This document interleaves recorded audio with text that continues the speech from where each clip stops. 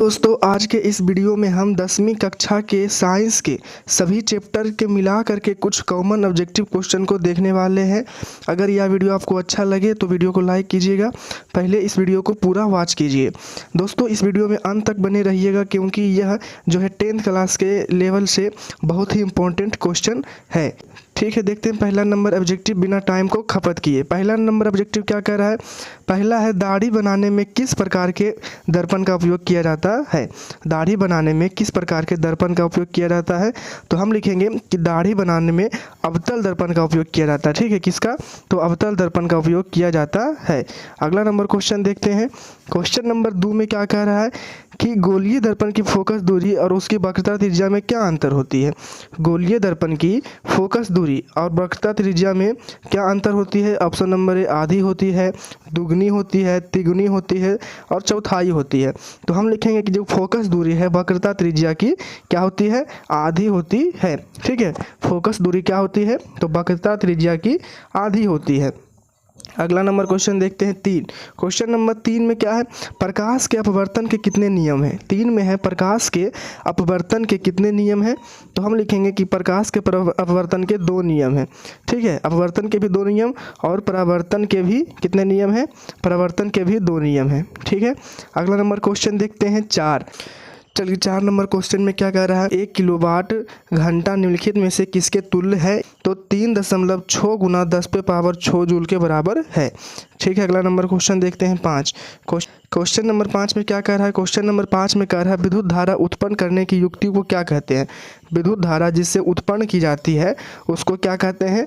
तो उसको जनित्र कहते हैं। ठीक है, जिससे विद्युत धारा उत्पन्न की जाती है उसको क्या कहते हैं? उसको जनित्र कहते हैं। अगला नंबर क्वेश्चन देखते हैं। क्वेश्चन नंबर 6 में क्या कह रहा है? क्वेश्चन नंबर 6 में कह रहा है लघुतम शॉर्ट सर्किट के समय विद्युत सर्किट में विद्युत धारा का मान क्या होता है? यानी कि जब शॉर्ट सर्किट होता है तो विद्युत धारा का मान विद्युत सर्किट में कितना होता है? तो हम लिखेंगे अधिक होता है। ठीक है, बहुत अधिक बढ़ जाता है। मान पर क्या होता है? तो मान जो है अधिक बढ़ जाता है। अगला नंबर क्वेश्चन देखते हैं 7। क्वेश्चन नंबर 7 में क्या कह रहा है? निम्नलिखित में से कौन सा उत्तम ऊर्जा स्रोत कौन सा है? ठीक है, निम्नलिखित में से उत्तम ऊर्जा स्रोत कौन सा है? तो 7 नंबर क्वेश्चन का आंसर लिखेंगे बायोगैस। ठीक है, बायोमास या फिर बायोगैस क्या है? तो ऊर्जा का उत्तम स्रोत है। ठीक है, क्या है? ऊर्जा का उत्तम स्रोत है। अगला नंबर क्वेश्चन देखते हैं 8। क्वेश्चन नंबर 8 में है निम्नलिखित में कौन सा गैस चूने के पानी को दूधिया कर देता है? तो हम लिखेंगे CO2। CO2 क्या करता है? चूने के पानी को दूधिया कर देता है। अगला नंबर क्वेश्चन 9 में क्या है? क्वेश्चन नंबर 9 में है समीकरण 2H2 प्लस O2 समीकरण 2H2O किस प्रकार की अभिक्रिया है? तो हम लिखेंगे कि यह संयोजन अभिक्रिया है। क्या है? संयोजन अभिक्रिया है। अगला नंबर क्वेश्चन देखते हैं 10। क्वेश्चन नंबर 10 में क्या कह रहा है कि अम्ल और क्षार आपस में अभिक्रिया करके क्या बनाते हैं? तो हम लिखेंगे कि अम्ल और क्षार आपस में अभिक्रिया करके लवण और जल बनाते हैं। अगला नंबर क्वेश्चन देखते हैं 11 में कह रहा है शुद्ध जल का पीएच मान कितना होता है? शुद्ध जल का पीएच मान कितना होता है? तो 7 होता है। ठीक है, शुद्ध जल का पीएच मान 7 होता है। अगला नंबर क्वेश्चन 12 में क्या कह रहा है? सोडियम की परमाणु संख्या कितनी होती है? सोडियम की परमाणु संख्या कितनी होती है? 11 होती है। 11 में सोडियम यानी कि सोडियम की परमाणु संख्या 11 होती है। अगला नंबर क्वेश्चन 13।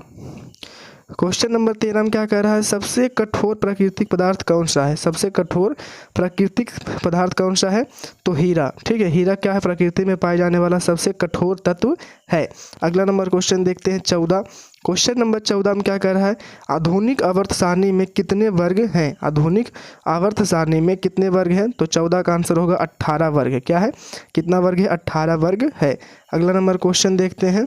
क्वेश्चन नंबर 15 में क्या कह रहा है? मेंडलीव की आवर्त सारणी में तत्वों का वर्गीकरण का आधार क्या था? मेंडलीव की आवर्त सारणी में तत्वों के वर्गीकरण का आधार क्या था? तो हम लिखेंगे परमाणु द्रव्यमान। ठीक है, मेंडलीव की आवर्त सारणी में जो तत्वों को सजाया गया था वह परमाणु द्रव्यमान के आधार पर सजाया गया था। अगला नंबर क्वेश्चन देखते हैं 16। क्वेश्चन नंबर 16 में कह रहा है पौधों में जल का परिवहन किसके द्वारा होता है? पौधों में जल का परिवहन किसके द्वारा होता है? तो जाइलम द्वारा क्या होता है? जाइलम द्वारा क्या होता है? तो पौधों में जल का परिवहन होता है। अगला नंबर क्वेश्चन देखते हैं। 17 में क्या कह रहा है? 17 में है खुला परिसंचरण तंत्र किस में पाया जाता है? तो कॉकरोच में। कॉकरोच में क्या होता है? खुला परिसंचरण तंत्र पाई जाती है। अगला नंबर क्वेश्चन देखते हैं। 18 में क्या है? मनुष्य के शरीर की सबसे बड़ी ग्रंथि कौन सी है? मनुष्य के शरीर की सबसे बड़ी ग्रंथि कौन सी है? तो हम लिखेंगे यकृत। यकृत क्या है? मनुष्य के शरीर की सबसे बड़ी ग्रंथि है। यकृत मनुष्य के यकृत जो है मनुष्य के शरीर का सबसे बड़ा ग्रंथि है। अगला नंबर क्वेश्चन देखते हैं 19। क्वेश्चन नंबर 19 में क्या कह रहा है? क्वेश्चन नंबर 19 में कह रहा है कि हमारे शरीर में नियंत्रण एवं समन्वय का कार्य किसके द्वारा होता है? हमारे शरीर में नियंत्रण एवं समन्वय का कार्य किसके द्वारा होता है? तो सी, ए और बी दोनों, यानी कि तंत्रिका तंत्र और हार्मोन्स दोनों के द्वारा क्या होता है? नियंत्रण एवं समन्वय का कार्य पूर्ण होता है। अगला नंबर क्वेश्चन 20 में है नर हार्मोन का स्त्राव कहाँ से होता है? नर हार्मोन का स्त्राव कहाँ से होता है? तो 20 का आंसर लिखेंगे ऑप्शन नंबर ए, वृषण से। वृषण से होता है। अगला नंबर क्वेश्चन 21। क्वेश्चन नंबर 21 में कर फूल का कौन सा भाग फल में बदलता है? तो हम लिखेंगे कि कहाँ गया? अंडाशय। अंडाशय क्या होता है? फूल से फल में बदल जाता है। ठीक है। अगला नंबर क्वेश्चन देखते हैं। 22 में है मेंडल ने अपने प्रयोग के लिए किस पौधे का उपयोग किया था? मेंडल ने अपने प्रयोग के लिए किस पौधे का उपयोग किया था?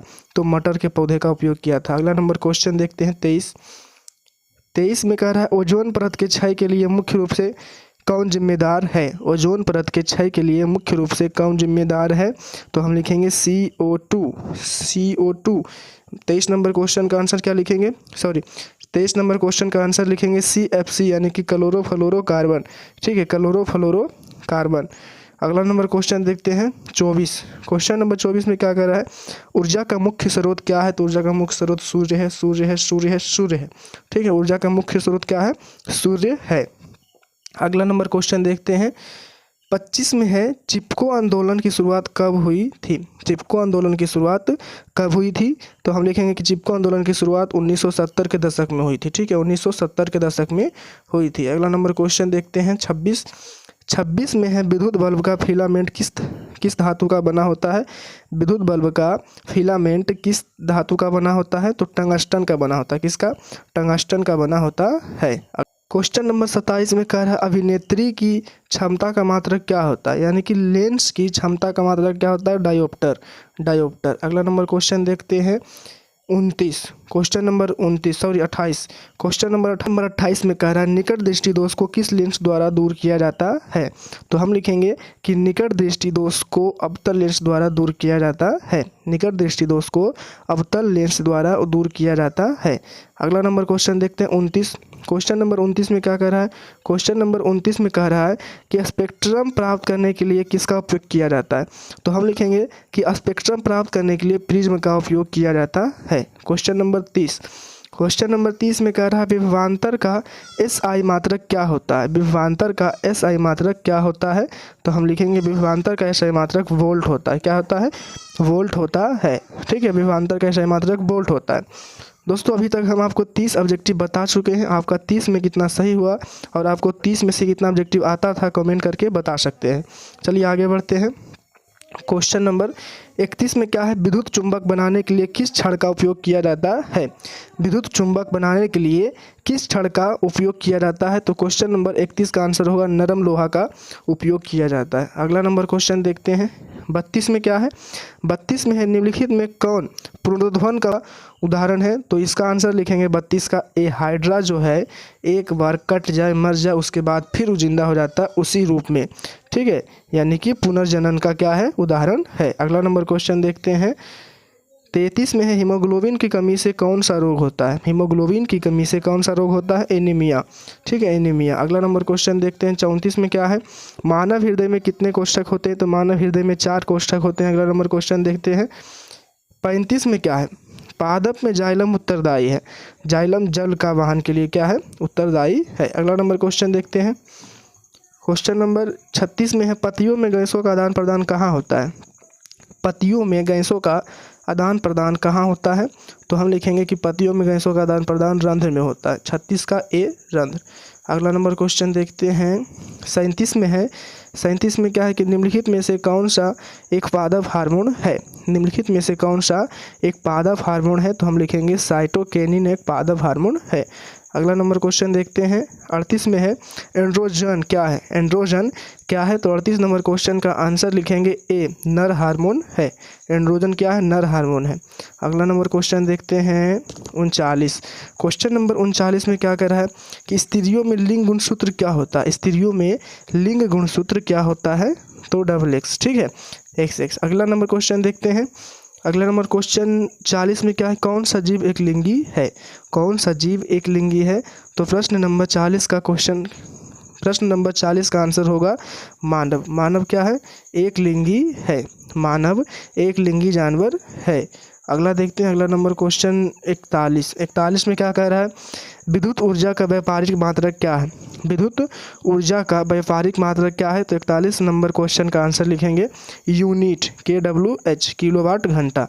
अगला नंबर क्वेश्चन देखते हैं। क्वेश्चन नंबर 42 में प्रतिरोध का SI मात्रक क्या होता है, तो प्रतिरोध का SI मात्रक ओम होता है। प्रतिरोध का SI मात्रक ओम होता है। अगला नंबर क्वेश्चन देखते हैं। 43 में है 1 जूल का मान कितनी कैलोरी होता है। 1 जूल का मान कितना कैलोरी होता है, तो 43 नंबर क्वेश्चन का आंसर लिखेंगे 0.24 कैलोरी, 0.24 कैलोरी। अगला नंबर क्वेश्चन देखते हैं। 44 में है विद्युत आवेश का SI मात्रक क्या है। विद्युत आवेश का SI मात्रक क्या है, तो 44 नंबर क्वेश्चन का आंसर होगा कूलाम। विद्युत आवेश का SI मात्रक कूलाम होता है। अगला नंबर क्वेश्चन देखते हैं 45 में कह रहा है कि हमारे घरों में जो विद्युत आपूर्ति की जाती है वह कितना वोल्ट का होता है, तो 45 नंबर क्वेश्चन का आंसर होगा 220 वोल्ट प्रत्यावर्ती धारा होती है। अगला नंबर क्वेश्चन देखते हैं। क्वेश्चन नंबर 46 में क्या कह रहा है। क्वेश्चन नंबर 46 में क्या कह रहा है। क्वेश्चन नंबर 46 में कह रहा है चुंबकीय क्षेत्र रेखाएं किस प्रकार की रेखाएं होती है। चुंबकीय क्षेत्र रेखाएं किस प्रकार की रेखाएं होती है, तो बंद वक्र होती है। बंद वक्र रेखाएं होती है। अगला नंबर क्वेश्चन देखते हैं। 47 में क्या है कि सौर कुकर के लिए कौन सा दर्पण सर्वाधिक उपयुक्त है। सौर कुकर के लिए कौन सा दर्पण सर्वाधिक उपयुक्त है, तो अवतल दर्पण। कौन सा, अवतल दर्पण।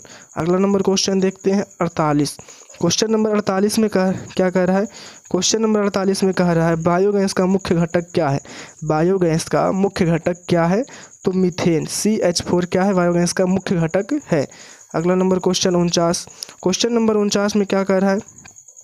क्वेश्चन नंबर 49 में कह रहा है संगमरमर का रासायनिक सूत्र क्या होता है। संगमरमर का रासायनिक सूत्र क्या होता है, तो हम लिखेंगे कि संगमरमर का रासायनिक सूत्र CaCO3 होता है। अगला नंबर क्वेश्चन देखते हैं। Question number 50। क्वेश्चन नंबर 50 में सिरका में कौन सा अम्ल पाया जाता है। सिरका में कौन सा अम्ल पाई जाती है, तो एसिटिक अम्ल पाई जाती है। दोस्तों हमने 10th क्लास के साइंस के 50 मोस्ट इम्पोर्टेंट क्वेश्चन को करा दिए हैं, ऑब्जेक्टिव क्वेश्चन को। अगर आपको साइंस के सब्जेक्टिव क्वेश्चन की भी मांग है तो आप इस वीडियो के कमेंट बॉक्स में कमेंट कर सकते हैं। तब तक के लिए अगर यह वीडियो अच्छा लगा हो तो वीडियो को लाइक ज़रूर कीजिए। धन्यवाद।